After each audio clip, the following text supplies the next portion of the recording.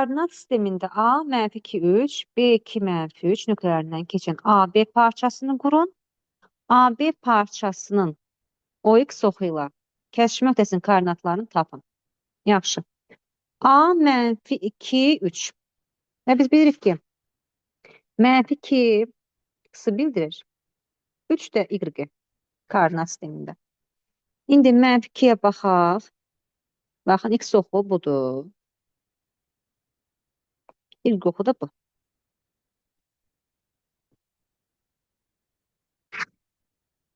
-2 ilə 3-ü koordinat sistemində göstərim mən sizə.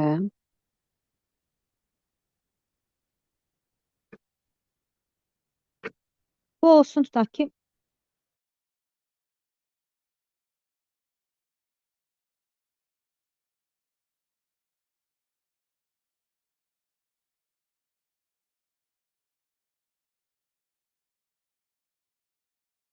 bu da B nöqtəsidir.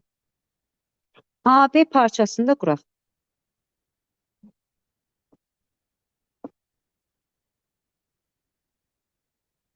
Baxın, AB parçasını qurduq.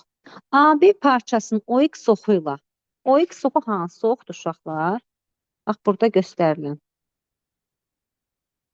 OX oxudur. OX oxu ilə kəsişmə nöqtəsinin koordinatlarını soruşur. Burada bax, mərkəzdə kəsişir. O nöqtəsində koordinatları hansı olacaq?